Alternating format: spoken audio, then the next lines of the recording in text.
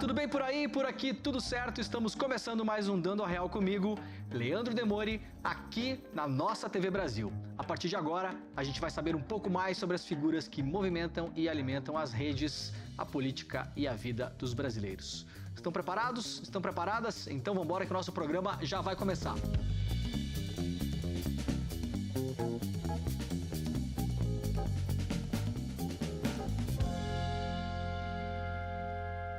A esquerda é antissemita. Quantas vezes essa mentira já foi espalhada por aí?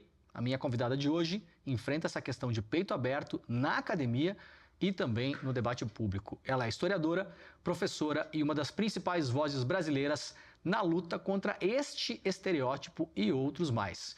Especialista em História da Palestina e na questão judaica, este ano lançou uma edição revista e atualizada do livro Marxismo e Judaísmo, uma história e uma relação difícil, com novos capítulos sobre a Guerra Civil Espanhola, a visão de Leon Trotsky e um prefácio que aborda os conflitos atuais. Arline Clemesha, acertei, né? Acertou. Tá, eu tava pensando aqui. Arline Clemesha, seja muito bem-vindo. Aliás, falei errado o nome do livro, né? Marxismo e Judaísmo, História de uma Relação Difícil. É isso. Dei uma engasgadinha ali, mas foi, tá aqui, ó. É da editora Boitempo, né? Isso mesmo. Tá bonita essa edição, né? Tá bonita, tá muito bonita. Acho que a pessoa que fez a arte se inspirou bastante, talvez na época em que a história se passa, aquele final do século XIX, começo do XX. Muito bonito. E na própria arte impressa, jornais, né, registros da história judaica da Europa Oriental e Central. Muito bem. Ficou bonita. Ficou linda. Parabéns pro pessoal da Boitempo. Sempre que eu faço entrevistas com temas um pouco mais distantes, digamos, do povo brasileiro, claro que esse tema é um tema muito presente no noticiário, mas eu sei que muita gente tem dificuldade com conceituar as coisas. Fiz uma entrevista aqui muito boa com o Bruno Huberman também. Eu fui nesse caminho de fazer perguntas um pouco mais simples, tentando não ser simplista. Peço que você não se atenha ao meu simplismo. A gente pode cavocar, vamos fundo, mas eu vou fazer perguntas para a gente começar a conceituar o assunto e depois a gente vai debatendo um pouco mais, pode ser? Tá perfeito, Leandro. Então vamos lá. O que é antissemitismo? Vou começar por isso. Bom, o antissemitismo, ele é um ódio evidentemente infundado, sem base na realidade. Hoje, ele é um ódio racial contra os judeus especificamente, às vezes contra símbolos, mas enfim, contra o judeu, né? Contra a pessoa, a comunidade, representações contra o judeu. Então, esse é o antissemitismo. Hoje ele tem um caráter racial, de ódio racial, ou seja, é uma forma de racismo. Pelo simples fato da pessoa ser judeu ou judia, é isso? Não tem nada que possa justificar o racismo. Claro. Isso a gente entende muito simplesmente, de maneira muito, muito clara, né? Claro. Com o antissemitismo é uma coisa, é um racismo voltado contra o judeu. Apesar de que, na história, o antissemitismo, ele já foi um ódio de caráter religioso. Uhum. O ódio contra o judeu enquanto religioso, pessoa religiosa, grupo religioso. Então, o antissemitismo, dependendo da época histórica em que a gente está, com a qual a gente está lidando, ele já teve diferentes características. Perfeito. Hoje é racismo. Perfeito. Ele evoluiu desde o século XIX para significar uma forma de ódio racial contra o judeu. Sempre foi infundado, fosse Claro. ele um ódio religioso, como todo ódio, ele implica uma estigmatização, uma essencialização, pegar certas características que você pensa que são atribuídas, mas você pensa da sua cabeça que são atribuídas e generaliza. Então, essa é uma essencialização, uma estigmatização. E entra aí muita teoria da conspiração. Isso sempre foi uma característica do antissemitismo, contar com a ideia de que os judeus dominam o mundo pelo dinheiro, pela mídia, pelos negócios, pelo comunismo. Perfeito. Houve todo um período histórico, no começo do século XX, em que o antissemitismo, ele era voltado também contra a esquerda, dizendo, não, a esquerda é toda judia e querem dominar o mundo pelo comunismo e espalhar o comunismo da Rússia soviética para todo mundo. Então, ele já teve tantas formas, tantas aparências, mas sempre foi muito útil ao poder. né? Porque foi uma maneira sempre de controlar a sociedade, usar os judeus como bode expiatório. Então você tem, por exemplo, uma Alemanha em crise econômica na ascensão do nazismo, os judeus como bode expiatório. Eles são os responsáveis por isso. São os responsáveis. Então vamos nos livrar dos judeus que a gente se livra dos problemas da Alemanha. Então, essa forma de operar, ela é característica de vários ódios raciais e do antissemitismo. Perfeito. Isso é antissemitismo. Agora, o que é o antisionismo, que é uma outra coisa, e há uma confusão de termos que é de natureza de falta de cultura, entendimento, mas há uma confusão proposital também. Eu já vou chegar lá. O que é o antisionismo, então? Sim, bom, começar com o que é o sionismo. Perfeito. Né? O sionismo é uma doutrina política, ideológica. Ela foi a doutrina que guiou, animou o movimento nacionalista judeu que realizou a colonização da Palestina. Ele é um sionismo muito particular, Leandro, ele é um nacionalismo muito particular, porque ele não se dissocia do colonialismo.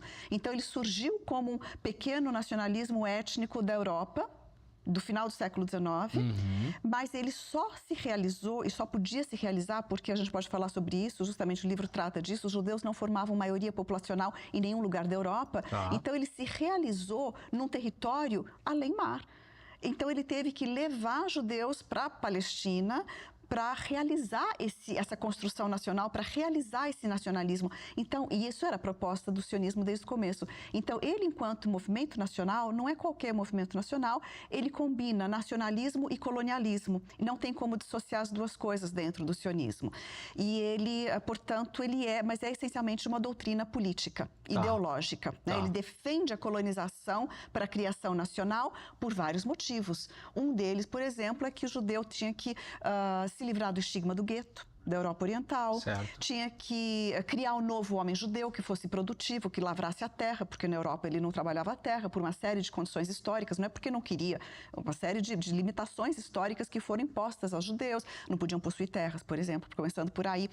Então tinha uma série de estigmas, de preconceitos, de séculos que pesavam sobre os judeus, e o movimento sionista, ele propunha livrar os judeus desses preconceitos. Não era o único movimento, tinha outros movimentos políticos até mais fortes na época entre os judeus, né?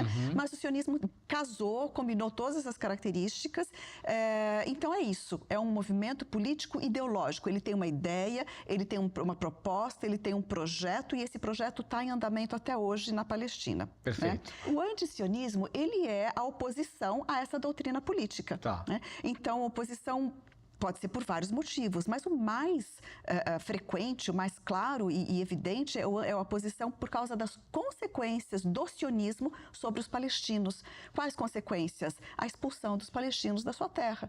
Então, os palestinos, 80% camponeses, quando chegou o sionismo naquele território da Palestina histórica, e começaram realmente a comprar terras, expulsar os camponeses, criar os kibbutzim, vir com um projeto colonialista que implicou que para sua realização, né, de construção de um Estado nacional étnico judeu, implicou na expulsão do palestino. E não se limitou, na verdade, ao campo, né? Também às cidades. As cidades também foram esvaziadas em 48 da população palestina. Então, muitos intelectuais, até que eu abordo aqui nesse livro, vão ter essa crítica, vão dizer, olha, intelectuais de esquerda, como Leon Trotsky, a questão não é um problema o nacionalismo judeu. Se o judeu quiser ter uma nação, por que não todos os povos do mundo têm que ter o direito a ter uma nação, né? A ter um Estado? Isso não é nenhum problema. O problema é o que estão fazendo com o palestino, expulsando o palestino da sua casa, da sua terra, criando uma situação de 9 milhões de refugiados palestinos pelo mundo, né? Essa foi a consequência. E o que a gente está vendo até hoje, né? Então, essa nação ela não é fundada num deserto de vazio demográfico, onde não existia absolutamente ninguém, né? Não, esse era um mito do movimento sionista, inclusive, já que você falou, né, bem lembrado, o primeiro mito fundador, assim, do movimento sionista, divulgado amplamente, foi esse, o mito da terra sem povo para um povo sem terra. Não era uma terra sem povo. Não era uma terra vazia, mas o colonialismo europeu fez isso em muitas partes do mundo. Tratar regiões que não são centrais na concepção europeia, não são Europa, Ásia, África, etc., como regiões vazias que podem ser conquistadas, exploradas. A característica do colonialismo sionista é que ele não foi lá para explorar riqueza, para explorar matéria-prima. Para levar para a metrópole, né? Não. Ele foi fundar, na verdade, verdade, uma metrópole naquele território. Então, é um colonialismo de assentamento. Perfeito. Né? E que o objetivo desse colonialismo não é explorar a mão de obra barata do palestino, é substituir a população palestina pela população judaica sionista, né? Lembrando que não eram todos judeus na época também que estavam dentro desse projeto, era até uma minoria quando ele surgiu, até meados do século, até o pré-Segunda Guerra Mundial. Mas então o antisionismo, ele é a oposição a uma doutrina política. Perfeito. Não se confunde com um ódio a um judeu. O antissemitismo é um ódio racial contra o judeu. Então, é um ódio racial.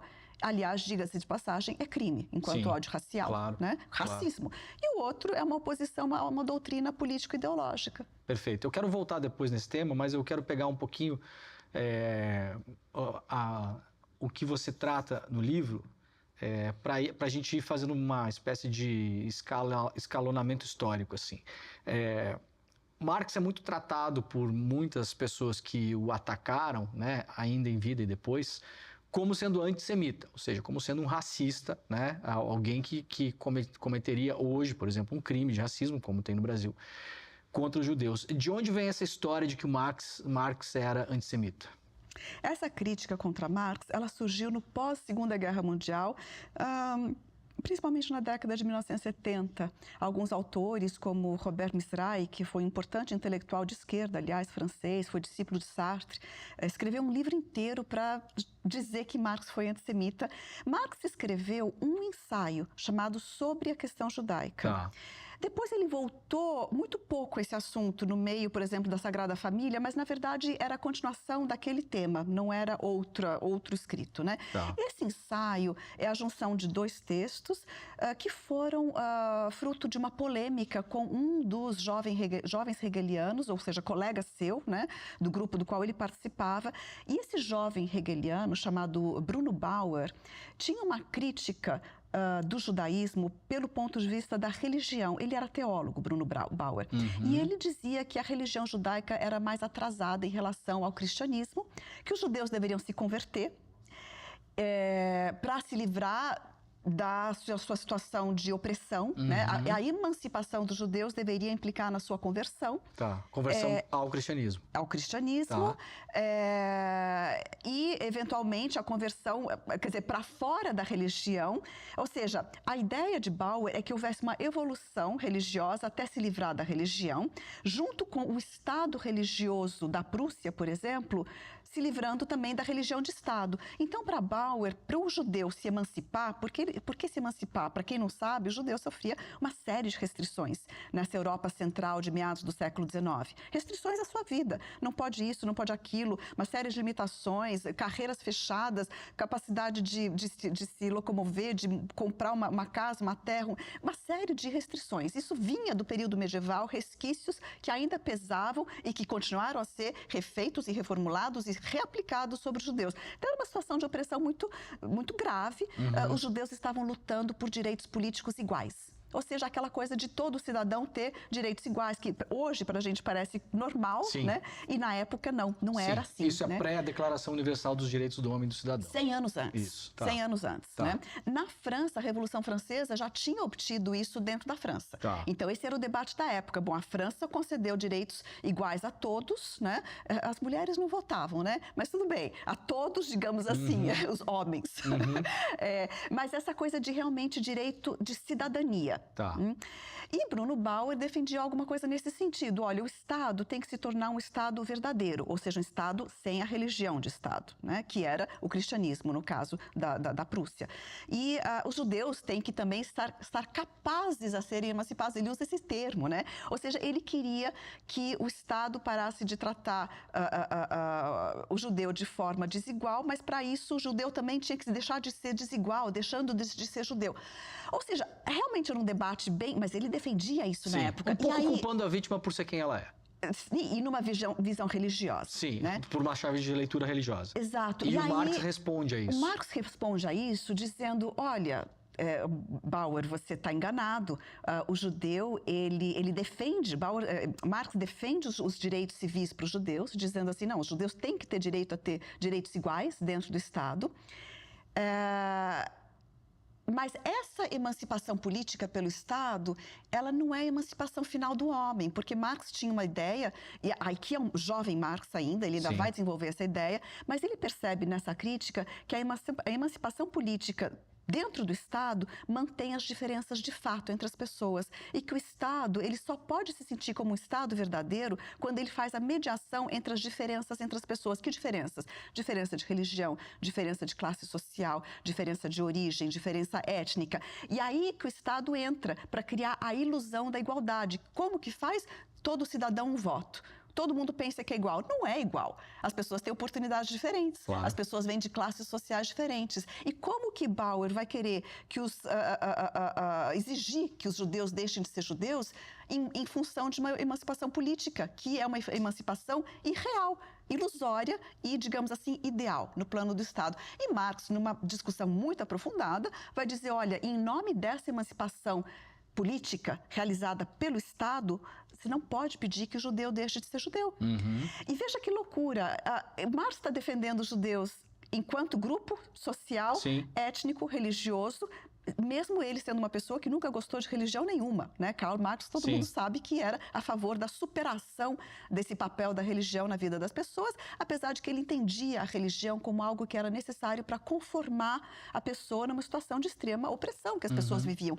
Então, também as pessoas têm uma ideia muito equivocada sobre a relação entre Marx e a religião em geral. Marx acreditava que a religião era uma maneira das pessoas se conformarem à vida tal qual ela é, tão dura. Perfeito. Né? Mas a partir do momento que a vida deixa de ser tão opressiva, idealmente a religião vira obsoleta. Ia ser desnecessária. Perfeito. Mas nesse estágio, o argumento dele é, não, tem que se defender que o judeu possa ser judeu. Mas ele não foi entendido, não foi compreendido. Porque a partir daí, Marx vai dizer, olha, o que precisa mesmo é que a comunidade como um todo, a sociedade como um todo, se emancipe do capital, se emancipe do comércio, se emancipe de um outro Deus, o Deus dinheiro.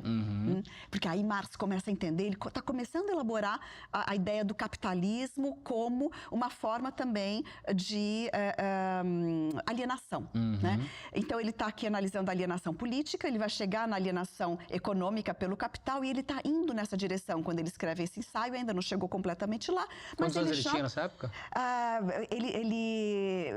Ele tinha acabado de se casar, 30 anos, 30 assim. anos, Ele era muito jovem, né? Ele tinha, enfim. E aí, em 1842, ele escreveu esse ensaio. Ele nasceu em 1818, então basta fazer a conta. E aí, ele nessa segunda parte do ensaio, em que ele diz, olha, o que precisa é que a sociedade se emancipe do capital, do Deus dinheiro, do comércio. Aí é que entraram certas formulações que envelheceram muito mal. Na época, não tinha acontecido o Holocausto, o antissemitismo não era tão... não tinha criado, assim, já era muito grave, mas não era o que é hoje, né? Pós-Holocausto. E aí ele usou termos, Leandro, que eram comuns aos debates intelectuais da sua época. Por exemplo, Moses Hess, era muito comum ele usar como sinônimo de judaísmo, não de judeu, de judaísmo, né? Da religião judaica, comércio. Usura. Por quê? Por causa de uma certa função social dos judeus que tinha existido na Idade Média, que não é que os judeus fossem todos comerciantes capitalistas, não, mas havia, por causa de toda a opressão que os judeus sofriam, uma especialização numa certa sociedade feudal pré-capitalista dos judeus no comércio e preenchendo uma função que era proibida para o cristão, porque era proibido o cristão emprestar dinheiro a juros. E aí, quem é que podia emprestar dinheiro a juros na sociedade europeia medieval pré-capitalista? Os judeus.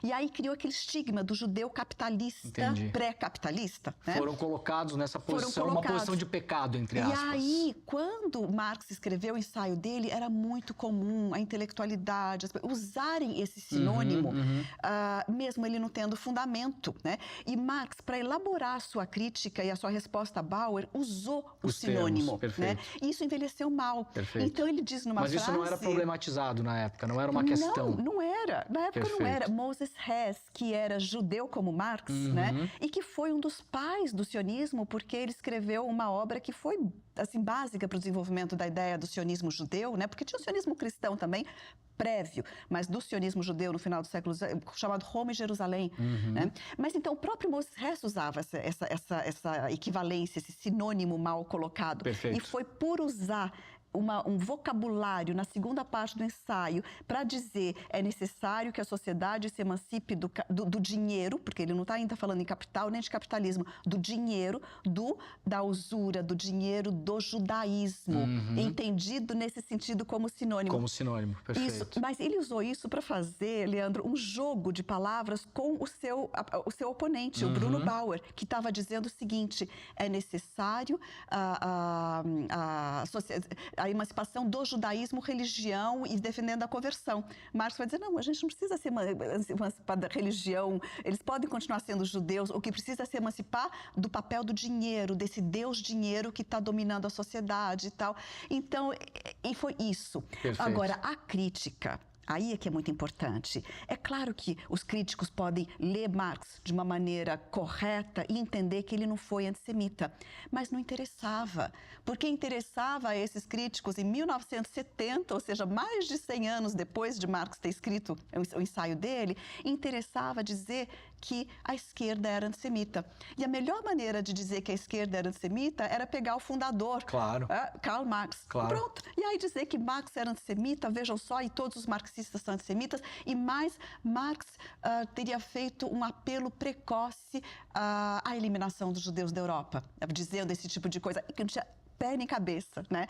Mas essa crítica, ela surgiu justamente no momento em que começava a ser gestada essa equivalência entre antisionismo e antissemitismo, década de 1970. Vem daí essa equivalência que hoje é tão propagada pelos meios, né, de comunicação, enfim. E foi justamente quando Abba Eban, que foi ministro dos Relações Exteriores, muito importante de Israel, ele publicou um artigo no New York Times, nessa época, 73 ou 75, dizendo, não há a menor dúvida, o novo antissemitismo deriva da nova esquerda. A nova esquerda europeia, francesa, da década de 1970. Então, veja, é um debate um pouco distante do dia de hoje, mas é a origem dessa equivalência, é uma crítica infundada. Marx está dizendo, no fundo, nós não sequer precisamos exigir que o judeu deixe de ser judeu, claro. Ele tem que ter garantido os seus direitos, como todas as religiões, todas as etnias, todos os povos, né? Agora, Marx não era nacionalista e o sionismo não existia na época de Marx. Claro. Nem existia. Então, ele nem falou de nação judaica. Em última instância, a crítica, por exemplo, de Robert Mizrahi contra Marx é que ele não defendeu a visão nacional, porque não é uma mas digamos, a unificação dos judeus na Terra Santa. Como que Marx poderia ter defendido ou criticado muito algo que nem estava sendo discutido pelos judeus? Estava sendo discutido por cristãos sionistas, mas não pelos judeus enquanto sequer individualmente, mas muito menos como movimento político ou proposta de emancipação, como acabou sendo, né? Uma das várias propostas de emancipação gestadas entre comunidades judaicas na Europa Central e Oriental no final do século XIX, para se livrar da perseguição. Por que é que há um interesse, a partir já, como você falou, dos anos 70, em colar nessa nova esquerda a ideia de que é uma esquerda antissemita, perdão, porque, posso imaginar, já está combatendo o projeto colonial sionista. Exato. É isso? É exatamente isso. Nesse momento já começa a acontecer isso e aí se confundem propositalmente os termos para bloquear as críticas. Exatamente. Que é o que a gente vê exatamente hoje, quer dizer. Exatamente. 2025 estamos na mesma ainda, pelo jeito. Não, e obrigada por esclarecer isso, porque eu também falo e às vezes eu me preocupo com como que as pessoas estão entendendo, porque é distante, né? Sim. Mas veja, Leandro, quando foi criado o Estado de Israel, em 1948, por um movimento sionista que vinha colonizando a Palestina desde o comecinho do século XX, né? Mas que ainda era minoritário, mas em 48 esse movimento ganhou muita força por causa do choque do Holocausto. Né? Então, a Europa tinha assassinado brutalmente, de maneira atroz, cerca de 6 milhões de judeus. Né? Hitler fez isso, pegou judeus da Polônia, Lituânia, toda a Europa Oriental. Tinham 400 mil judeus na Alemanha mesmo, mas toda aquela Europa Oriental onde estava a maior concentração mundial de judeus, sim, eles foram levados para os campos de concentração e, a partir de 42, extermínio. Bom, a Europa termina a Segunda Guerra Mundial, a União Soviética libertou os primeiros campos, depois os Estados Unidos chegaram e ajudaram nessa libertação dos campos de extermínio e fica revelado para o mundo o horror. Né? E aí isso gerou na Europa e naquelas conferências de paz da pós-Segunda Guerra Mundial, criação da ONU, Carta dos Direitos Humanos, toda essa lei internacional que surgiu junto com a ideia de que era necessário a Europa reparar os judeus por esse crime. E como que fizeram isso? Bom, tem aqui um movimento político que está há meio século já, um pouquinho mais, empenhado na construção de um Estado judeu com a proteção da maior potência imperialista da época, Grã-Bretanha, e está empenhado nesse projeto. Pois bem, vamos apoiar esse projeto. Perfeito. Dar aos judeus o seu Estado. Inclusive, um dos argumentos do sionismo era que era necessário ter um Estado para proteger os judeus do antissemitismo, porque a Europa tinha provado que o antissemitismo seria inextirpável, jamais iria acabar. Perfeito. Né? E, bom, do jeito que as coisas estão, né, parece que não acaba mesmo, sim, porque sim. É impressionante como o racismo está aí, está presente. Se pensou antes da gente chegar lá, se pensou em algumas partes, porque, por exemplo, terminou a Segunda Guerra Mundial, você bem falou, o exército soviético primeiro foi quem chegou ali, libertou. Tem um livro maravilhoso do Primo Levi que fala sobre isso, aliás, A Estrada, se não me engano. Não é Sequestro, é um Homem, é o outro, que é um dos meus... A Trégua. Sim. A Trégua. Maravilhoso que ele fala, ele estava em Auschwitz e conta como a União Soviética chegou lá. Naquele momento, como na Primeira Guerra Mundial também teve muito disso, tem uma redivisão territorial, inclusive ali, né? Você tem uma readequação dos territórios. O movimento sionista, junto com esses vencedores da Segunda Guerra, pensaram em algum território que estivesse na Europa, por exemplo, antes de olhar para o Oriente Médio, ou isso não chegou a ser cogitado? Não. Veja só, então vamos parar essa história um pouquinho de reparação dos judeus pelo Holocausto, né? E a criação de Israel como reparação e voltar meio século, que é quando estavam discutindo, os judeus da Europa estavam discutindo outros projetos. Quais eram os projetos que existiam? Existia um nacionalismo cultural.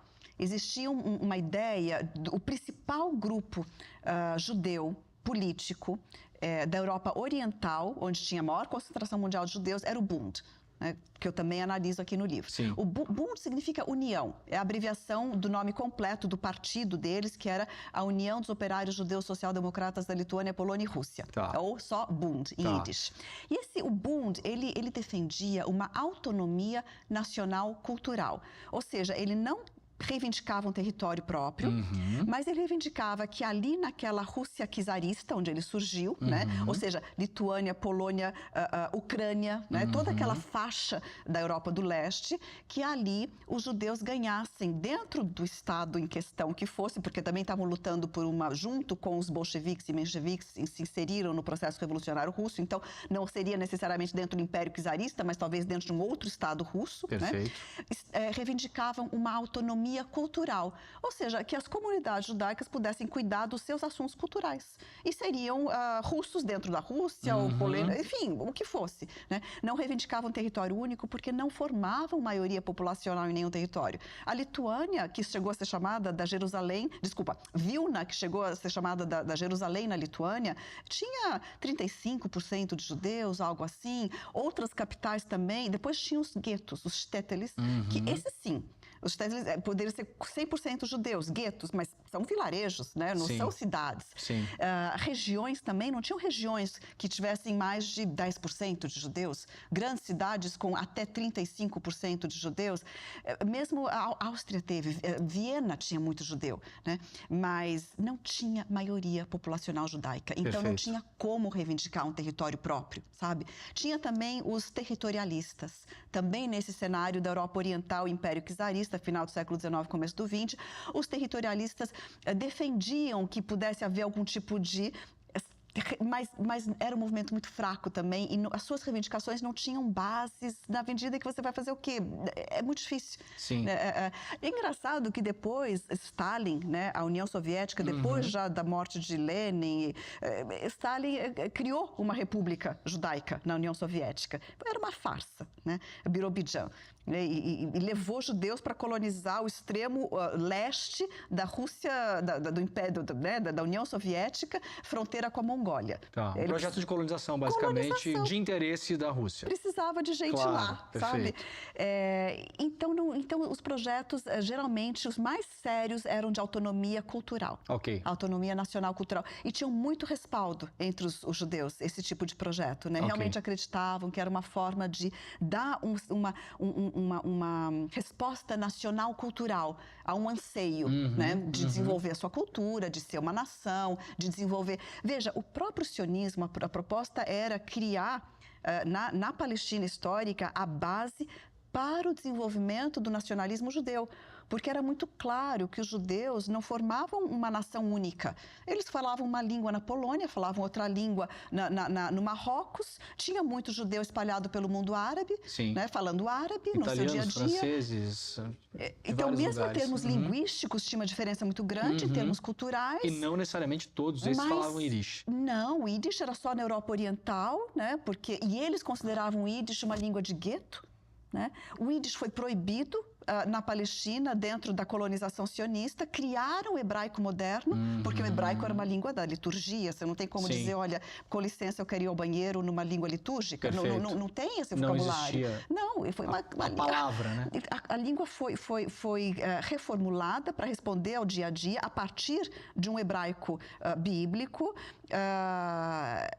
e o Yiddish, visto como uma língua do gueto, coisa que não era, porque já tinha uma literatura imensa e florescente, mas aquela coisa, o estigma era muito forte, o Yiddish foi proibido na Palestina, dentro da comunidade sionista na Palestina, né? Mas daí... Você estava falando da reparação e do sionismo, e depois eu queria chegar nos anos 70, porque que há essa associação entre a luta antisionista e essa confusão proposital. Exato. Então, nesse momento de 48, que bom que você não perde o fio da meada. Não perco. Nesse momento de 48, a comoção, né, o sentimento de culpa da Europa, a comoção, aquele horror todo, realmente trouxe um apoio muito generalizado. A esquerda também, amplos setores da esquerda, mesmo tendo críticas à colonização... Sim. Apoiaram não se a criação. oporia aquilo naquele momento histórico, claro. Exato. Então, de 48 até 67, um amplo setor da esquerda europeia apoiou a criação de Israel. Por que que em 67 isso mudou? Porque em 67 Israel expandiu. E ocupou todo o território da Palestina histórica. Então, aquela Cisjordânia e a faixa de Gaza, que eram apenas 22% que tinham sobrado desde 48 para a criação de Estado palestino, que não estava acontecendo por uma série de razões históricas, né, de boicote, porque os palestinos declamaram. Eles proclamaram uma independência em 48, 49, a partir da faixa de Gaza, onde estava o seu principal líder, e o mundo não ouviu. Isso não foi aceito. Não foi ouvido. E até mesmo lideranças árabes boicotaram. É tudo uma história. Mas então, os palestinos não tiveram sua independência, né? Até hoje. A gente tá vendo isso. Em 67 expande ilegalmente? Ilegalmente, porque... Com tomada de território... Com a Guerra de 67. Abala. A Guerra de 67 durou 6 dias, foi a chamada Guerra dos 6 dias, onde aí a historiografia vai debater, né? Mas uma historiografia séria demonstra que o objetivo aqui era ocupar o território. Né? Então, ocupou as colinas do Golã da Síria, a Cisjordânia e a faixa de Gaza, que tinham sobrado como territórios palestinos, Jerusalém Oriental. Jerusalém Oriental estava controlada pelos árabes, né? Jerusalém, para as pessoas entenderem, é uma cidade e ela estava controlada por 3 grupos, é isso? 2. Cristãos? Não.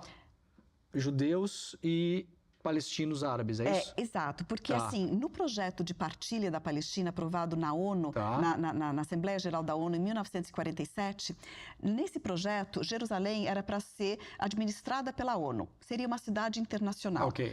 E a ideia era as 3 religiões, não sei o que e tal. Só que com a guerra de 47, 48, Jerusalém terminou dividida ao meio.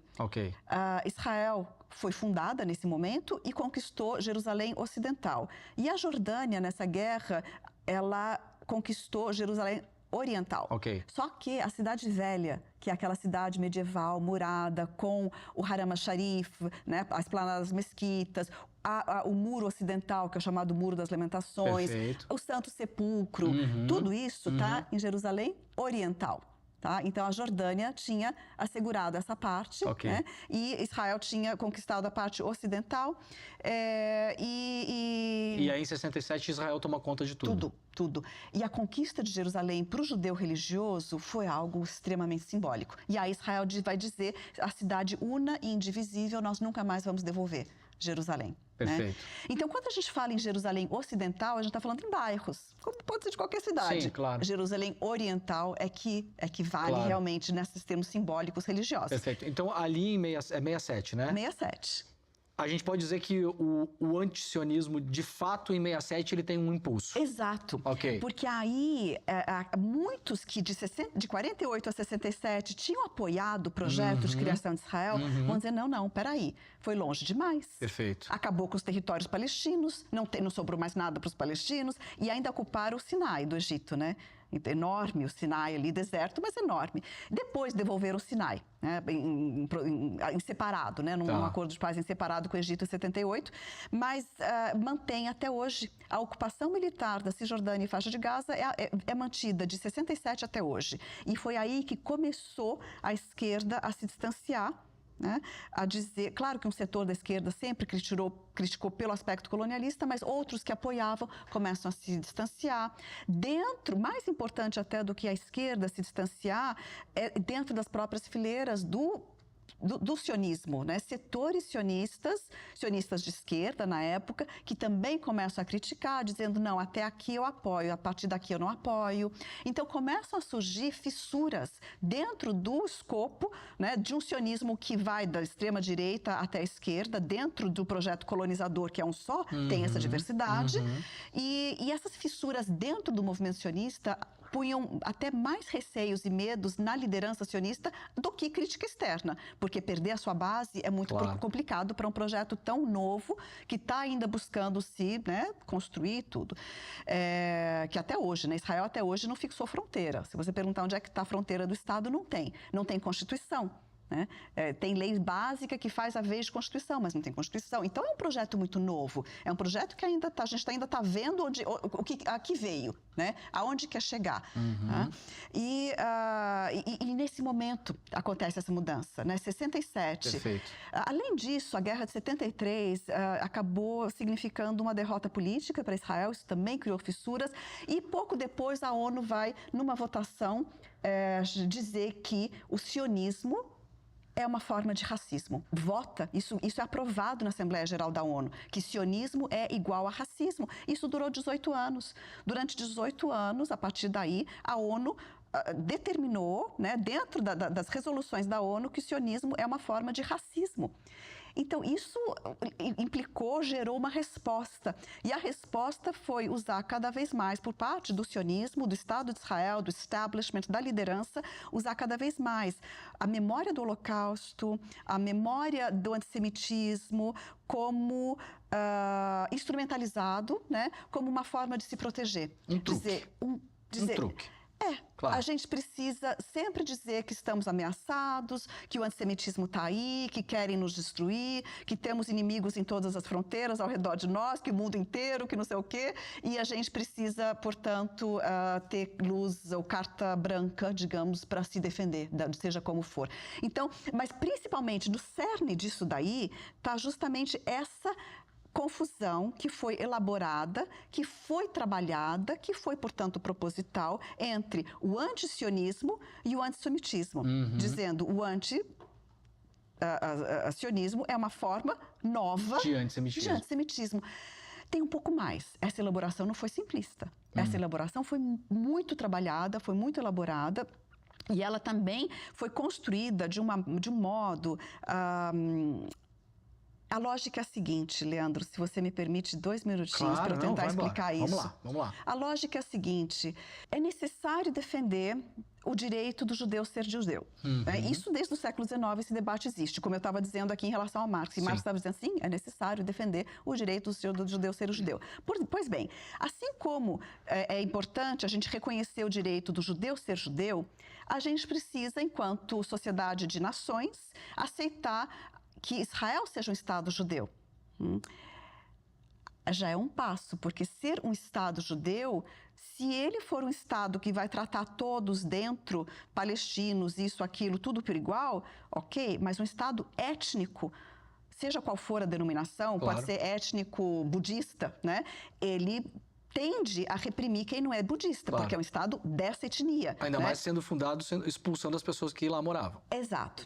Mas aí a elaboração que vai ser feita vai ser a partir dessa equivalência entre o judeu individual, o judeu coletivo e a sua representação, o Estado, né? Então, Israel vai ser colocada pela liderança, por todo o trabalho de relações públicas, né, criado por Israel, a tendência vai ser colocar Israel como o judeu entre as nações, né? E qualquer crítica vai ser vista como uma crítica contra o seu aspecto judaico. Né? E vai ser visto como uma tendência a não permitir que esse Estado judeu exista por ser judeu.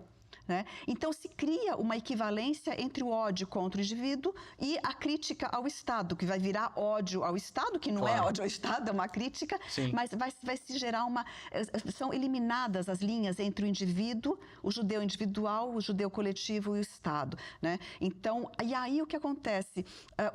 O Estado, ao fazer isso, ele ao mesmo tempo ele vai falar em nome dos judeus do mundo. E ele vai dizer, nós vamos defender os direitos e os interesses dos judeus no mundo. Então, se tem judeu no Brasil, quem vai defender esse judeu do Brasil não é o Brasil, é Israel. Como assim? Não. Será que esse judeu brasileiro quer que Israel fale em nome dele? Muitos não. Muitos não. Claro. Ele é brasileiro e ele quer ser judeu ao mesmo tempo. E sabe, agora que Israel fale em nome dele, não é assim. Mas isso é a melhor maneira, acabou sendo a melhor maneira para o Estado, para esse ente político que estava realizando a limpeza étnica dos palestinos até hoje, se defender, porque ele diz que ele está defendendo o judeu em todo o mundo. Então, se ele é criticado, vai fragilizar a posição dos judeus no mundo, de todos os judeus. Então, isso inverte a equação.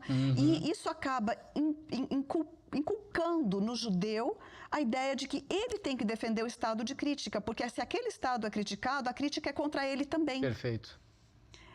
E aquele Estado que foi criado para defender, na sua narrativa interna, para defender os judeus do mundo, esse Estado vai ser defendido pelos judeus do mundo. E não é o Estado que defende, são os judeus que estão defendendo o Estado. Ele inverte essa lógica. É isso que essa confusão proposital entre antissemitismo e antisionismo chega, nessa inversão de que os judeus do mundo vão proteger aquele Estado de críticas. E os judeus que não percebem isso, porque hoje tem uma ampla juventude judaica percebendo e dizendo, não, nós queremos viver o nosso judaísmo de outra forma. Sim. A gente não quer que Israel dite como que a gente vai ser judeu, a gente quer fazer as nossas festas religiosas, a gente quer ter a nossa comunidade, a gente não quer ser representado por Israel. Claro. Então estão se rebelando, estão se destacando contra isso por causa dessa crise toda que tem hoje. Mas ao fazer isso, acabou por muito tempo mesmo, fazendo com que o judeu realmente sentisse, e isso não é pouca coisa, ele sente na pele qualquer crítica contra Israel. Então, se você tem numa sala um grupo de pessoas, uma delas, sei lá, é judia, e você critica Israel, aquela pessoa vai sentir como se fosse contra ela a crítica. E não é por contra essa ela. Construção artificial que foi feita. Por essa construção histórica de décadas artificial que foi feita. Só que você tem que levar em consideração isso. Você tem que saber que a pessoa sente desse jeito. Então, você tem que tomar muito cuidado. Eu tenho pessoas muito próximas que têm exatamente esse sentimento. Inclusive, um grande amigo meu de 20 e poucos anos que consegue olhar para o que está acontecendo e chamar de genocídio, entende que há uma separação, mas às vezes eu sinto que na conversa, essa conversa fica um pouco mais dura, ele sente na pele isso. Sente. Mesmo racionalmente sabendo que não é com ele. E mesmo a gente, quando critica o Brasil lá fora, Claro, às vezes pega, né? isso, Aquele lógico. nacionalismo. É o A nacionalismo. crítica que a gente faz dentro, a gente não quer ouvir alguém de fora fazendo. Exato. Isso. Só que aqui é outra equação. É algo muito mais profundo, é uma simbiose, muito mais forte, né? É uma identificação construída com outras bases, realmente pega no direito à existência. É por isso que o sionismo usa muito esse termo. Não, eles negam o direito à existência do Estado judeu. Não. Sabe, a crítica, por exemplo, que a esquerda ou que os defensores de direitos humanos fazem, não é de negar o direito à existência do Estado judeu. É para que o exército pare de genocidar uma população. Ou Se fosse o exército americano, argentino, Sim. brasileiro, tivesse feito a mesma coisa, as pessoas iam falar a mesma coisa. Sim. Né? É isso, em primeiro lugar, parar o genocídio e vai além. Tem uma crítica que já era feita antes do genocídio? Sim. Qual? Ora, deixa a emancipação dos palestinos, Claro. a libertação nacional palestina, Claro. né? Para de tomar território. Para de tomar território, Isso. exato, né? Isso. Então não é um simples nacionalismo como a gente brasileiro sente lá fora quando alguém critica, ou você vai para Portugal, os portugueses, né, tripudiam. Não, é algo que vai além. Né, que realmente toca na ideia de que a minha existência está ameaçada. Perfeito. Então é muito forte. Perfeito. Aline, a gente está terminando, eu queria fazer uma última pergunta. A conversa está excelente, mas estamos nos finalmente aqui. Só fazer uma pergunta mais de atualidade. O governo Lula, ele deixou a Aliança Internacional para a Memória do Holocausto, né? A IRA em inglês, né? Que é uma organização internacional criada para o combate ao antissemitismo e memória do massacre dos judeus. Isso aqui é o que está no verbete da Wikipedia, colocamos assim. E foi muito criticado em relação a isso, porque você olhar, por exemplo, qualquer pessoa que é um pouco interessada em história, vê isso na imprensa e fala, poxa, o governo não faz mais parte de uma aliança para a memória do Holocausto. É uma coisa muito grave. Eu queria que você colocasse isso em perspectiva, se você considera, você pode até adjetivar se quiser, mas também não precisa, se considera que foi um movimento acertado, se foi um erro, o que é essa aliança, se ela olha para essa história com essa chave de leitura que a gente está tendo aqui, ou se eventualmente ela tem outros interesses que não são os que a gente está vendo. Se você puder um pouquinho dar um contexto desse movimento que foi feito. Justamente, você tem que, quem faz essa crítica e quem tem essa reação ao ver essa saída do Brasil, o Brasil era um membro observador, né? Precisa entender o que é o IHRA, IRA, né? É uma organização criada na Europa, que atua não só para a memória do Holocausto, mas justamente para um certo tipo de memória do Holocausto, que atrela a ideia do antissemitismo ao anti-sionismo, né? Que vê o antisionismo como uma forma de antissemitismo. E onde que isso fica claro? Fica claro porque essa entidade, ela criou uma definição, né? É uma definição que ela chama de trabalho, uma definição prática. Ou seja, para fins práticos. Então, tem uma definiçãozinha do que é o antissemitismo, que em si não é problemática. Se você lê ali, está bem ok a definição, né? Apesar de que é uma definição também que não ajuda, não traz muita... Mas ok. E aí ela tem exemplos, vários exemplos, né?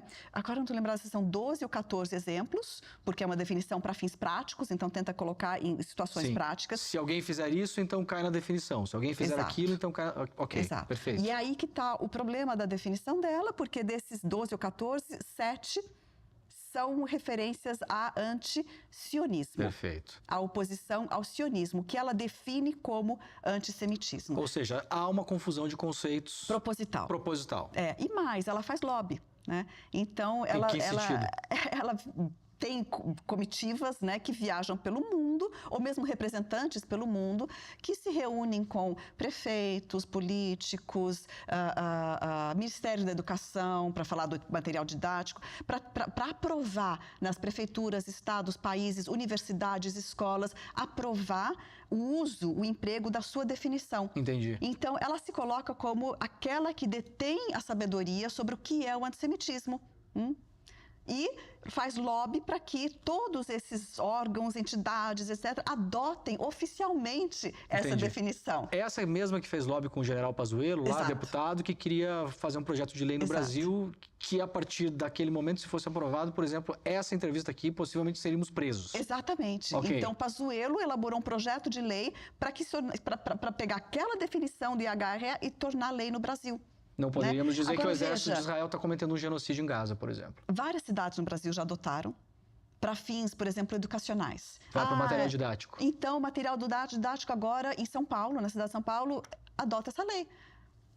É uma coisa meio maluca para quem trabalha com história. Porque é um lobby privado, né, na verdade. É um lobby privado. E desde quando você precisa que uma entidade explique para você Conceitue, o que é? claro. Conceitue, lógico. sabe? A gente tem que ensinar as pessoas a entenderem o que é o antissemitismo e combater o antissemitismo. Aí, o interessante é que surgiu um grupo de acadêmicos judeus, os maiores especialistas mundiais em holocausto, antissemitismo, genocídio, lei internacional. Assim, pegam um grupo fabuloso de intelectuais judeus, acho que são todos judeus ali de propósito mesmo, né? E eles lançaram uma definição contrária, e é a Declaração de Jerusalém. Essa Declaração de Jerusalém também tem um site, e você vai lá e você lê. Nós estamos emitindo essa declaração para combater a deturpação praticada pelo IHRA. Perfeito. E essa declaração tem uma definição. E essa definição é perfeita, porque ela começa dizendo alguma coisa exatamente do tipo: o antissemitismo é uma forma de racismo.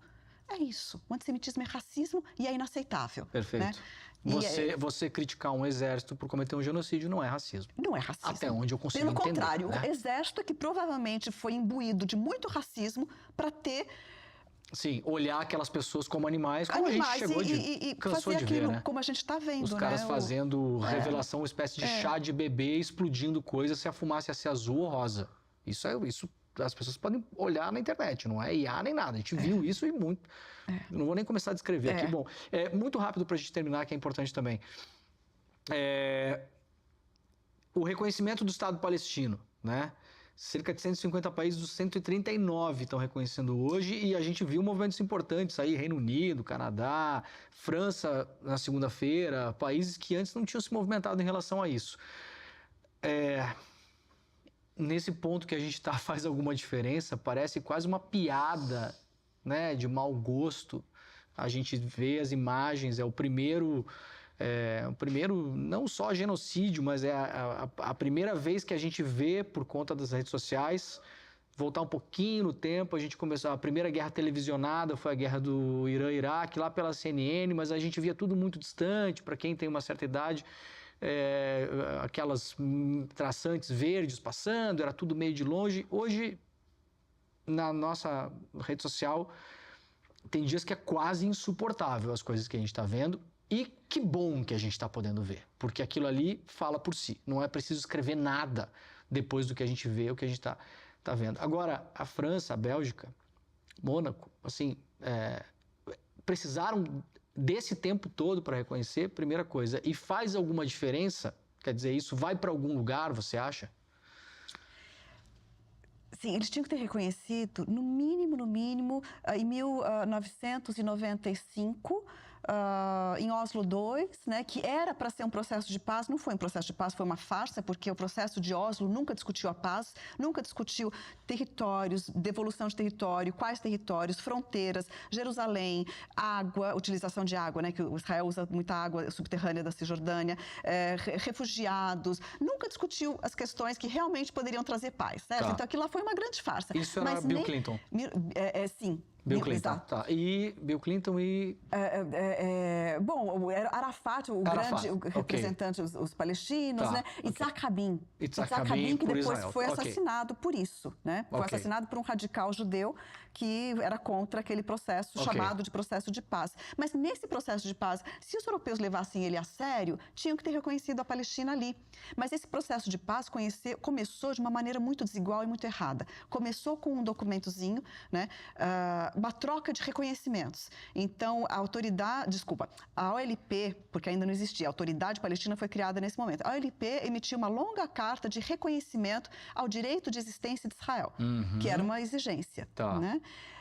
Israel emitiu uma declaração de 2, 3 linhas dizendo que reconhecia a OLP como representante legítima do povo palestino. Mas não reconhecia O direito Estado... à existência da Palestina. Então, veja que esse direito à existência... Reconheceu um governo sem Estado, ok. Reconhece um representante. Um representante de um Estado que não existe. Que não esquece Estado. Tá. Só o representante ali, deles, tá. entendeu? Então, começou já de uma forma muito igual e não corrigiu essa desigualdade ao longo do processo, e os países europeus não reconheceram o direito à existência da Palestina. Então, veja só como que também essa narrativa sionista toda trabalha. A gente fica discutindo essa suposta negação ao direito de existência de Israel. Israel existe. O que não existe é a Palestina. O que está sendo negado o direito a existir é da Palestina, não é de Israel. Israel existe. Quem é que está falando em acabar com Israel? Não, Israel existe, sabe? A Palestina é que não existe. Então, nesse sentido de que é necessário que o mundo reconheça o direito à existência da Palestina, eu valorizo essas declarações. Perfeito. Enquanto proposta e projeto para resolver a questão, elas são vazias. Não vão resolver. Então, assim, o que está em curso hoje em Gaza, em boa parte da Cisjordânia, vamos colocar isso aqui no limite do inaceitável que já passou há muito tempo. Mas o governo Donald Trump chegou a publicar, antes o Netanyahu tinha feito mesmo, mas o Trump agora publicou daquele jeito do Trump, inclusive transformando Gaza toda num grande resort, à beira-mar, com o Trump Hotel instalado ali, etc e tal. E na semana que nós estamos gravando aqui, agora, se não me engano, uns 10 dias atrás, as tropas entraram em solo, né? Muito mais do que já tinham entrado do exército israelense dentro de Gaza. Não sei mais o que eles procuram lá, porque aparentemente não há nada mais para procurar, a não ser escombros, né? Ou os corpos que eles enterraram embaixo do cimento, que não vão procurar por isso também, obviamente. E também não estão buscando os reféns, não, né? É claro que não. O Netanyahu já declarou. Parece evidente que não, exato.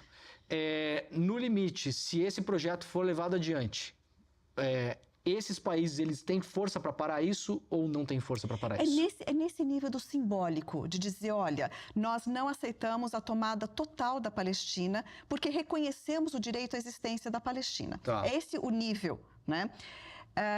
Mas isso, na verdade, não é... Isso é uma oposição ao projeto de uma grande Israel, tá? Mas é uma forma também de colocar em prática, de tentar resguardar um projeto europeu, que é a solução de 2 estados. A solução de 2 estados é o projeto da ONU, é um projeto europeu. Né? Mas no limite a gente não vai ver o exército da ONU com os capacetinhos azul baixando lá. Aí que tá. Pro Haiti eles se mandam para esses lugares, mas lá não vai acontecer. Não tá, faz 2 dias que a ONU teve o veto, com o veto dos Estados Unidos, vetaram, o Conselho de Segurança, que é quem pode mandar capacetes azuis, o Conselho de Segurança vetou, com um voto. Né, o veto dos Estados Unidos vetou um cessar-fogo absoluto, né, incondicional, com devolução dos presos lá, israelenses que estão com Hamas, vetou. Aliás, são soldados que estão hoje, então, na verdade, são soldados, né, não são mais nem civis que estão lá, mas a devolução desses soldados que estão presos com Hamas, vetou. Né? Os Estados Unidos vetaram essa resolução do Conselho de Segurança da ONU. Então, não vai ter capacete azul. Perfeito. Os Estados Unidos não vão deixar que essa força de paz vá. Se essa força de paz não vai, isso fica no limite no nível do simbólico. Né? Perfeito. Fica no nível simbólico e, no fundo, a solução de 2 estados, ela tem uma injustiça fundamental, né? Que não vai nunca devolver a casa, a terra de quem foi expulso de Haifa, de quem foi expulso de Jaffa, de quem foi expulso de Nazaré, de quem foi expulso de 530 vilarejos que foram destruídos. Então, é uma solução que não vai trazer uma real, né, justiça. Agora, veja, eu estou defendendo o quê? Eu não estou defendendo nada. Eu estou querendo dizer que existem outras ideias que os palestinos hoje defendem, certos setores judeus minoritários defendem, que é uma ideia de que nesse território todos deveriam poder viver juntos, em paz, né? Que esse território pode ser um estado só, federalizado, que seja um estado binacional, federalizado. Sim. Mas Ou seja, toda a Palestina, o que comporta hoje Gaza, o que é Israel Mas aí, por exemplo, só uma última pergunta, juro que eu vou tentar ser breve. Por absoluta ignorância minha mesmo. Hoje o premier de Israel é o Benjamin Netanyahu. Ele nasceu ali. Ele é judeu. Um árabe pode ser premier em Israel? Não. Ok. Então, essa solução seria que, como no Brasil, um cristão, um bandista, um ateu pode ser presidente, né? Pegando só a parte religiosa, tá? Hoje, Israel tem uma lei que foi aprovada em 2019, se não me engano, que diz que o Estado de Israel, quer dizer, só quem é judeu é que pode ser representado pelo Estado de Israel. Então, 18% da população de Israel que é palestina não tem representação nacional dentro desse Estado. Okay. É uma população de segunda categoria, é um sistema de segregação, de apartheid. Pois bem, a solução de 2 estados não vai resolver esse apartheid interno em Israel. O racismo interno em Israel contra o palestino. Então teria que refundar esse Estado que hoje está lá. Exato, que seja. E essa proposta é uma proposta que às vezes pode até ser mais viável, apesar de ter uma enorme oposição dentro de Israel, lógico. Mas no sentido de que aí você não tem que tirar colono que está na Cisjordânia, tem 750 mil colonos na Cisjordânia. Você vai tirar 750 mil pessoas que estão vivendo ilegalmente na Cisjordânia para fazer 2 estados, né? Então você não tem uma série de problemas. O que você faz? Você distribui direitos humanos para todo mundo, direitos civis para todo mundo e cria algum tipo de, se for o caso, e tem outros projetos que nem sequer pensam nisso, mas alguns pensam em criar alguma representação nacional interna, aliás, resgatando ideias de autonomia nacional cultural, que até o Bund tinha falado lá em relação à Europa Oriental, que agora poderiam ser aplicadas aqui. Muitos, como por exemplo, tem várias pessoas, não defendem esse binacionalismo, porque acham que ele mantém certos problemas, que você pode ter problemas nacionalistas e atritos nacionalistas futuros por causa disso. Pode funcionar um tempo, depois uma nação cresce mais que a outra, aí vai dizer que a sua representação nacional está desigual, pode ter problema. E que o ideal seria um Estado único, laico e democrático para todo mundo. Né? Cada pessoa um voto, todo mundo igual ali dentro. E aí você tem a possibilidade de apaziguar esses rancores, esses que vêm todos a partir de injustiças históricas. Né? Rancores vêm daí. E aí você vai ter que ter processo de reparação, processo de justiça reparativa, de uma série de coisas. Mas não é negar o direito à existência de Israel ou coisa que o valha. É simplesmente trazer uma nova solução. E eu vou dizer mais uma coisa. Em 1948, em fevereiro de 48, os Estados Unidos voltaram atrás no seu apoio à ideia de divisão da Palestina para a criação do Estado judeu e do Estado palestino, porque acharam que realmente não seria viável. Ia ter caos, ia ser guerra o tempo todo. Voltaram atrás por 1 semana e meia, mais ou menos. Política, não vou entrar nisso, mas aí voltaram a apoiar. Mas então sempre houve uma dúvida de se isso era a maneira de trazer paz para a região. Nunca foi consensual. E realmente a gente está vendo que a divisão da Palestina em 2 estados trouxe enormes problemas históricos, inclusive porque um deles nunca existiu. E a sua existência não vai acabar com todos os problemas. Mas é importante o reconhecimento, é importante parar o genocídio. É isso que tem que ser feito agora, né? Arline Klemecha, muito bom. Parabéns, Obrigada. viu? Que Obrigada. pesquisa, que didática, impressionante. A gente falou quase 1 hora aqui. Talvez renderia mais algumas horas, mas a gente pode deixar por uma conversa futura. Parabéns. Ótima conversa. Muito obrigada, Leandro. Obrigado demais. Até a próxima. Até obrigado. a próxima. Para você que nos acompanha até aqui, meu muito obrigado. Lembrando que você pode ver todos os programas na íntegra em uma versão estendida com um bate-papo completo com os nossos convidados no aplicativo TV Brasil Play e também no nosso canal no YouTube. Na semana que vem estamos de volta. Um grande beijo. Fiquem em paz. Tchau.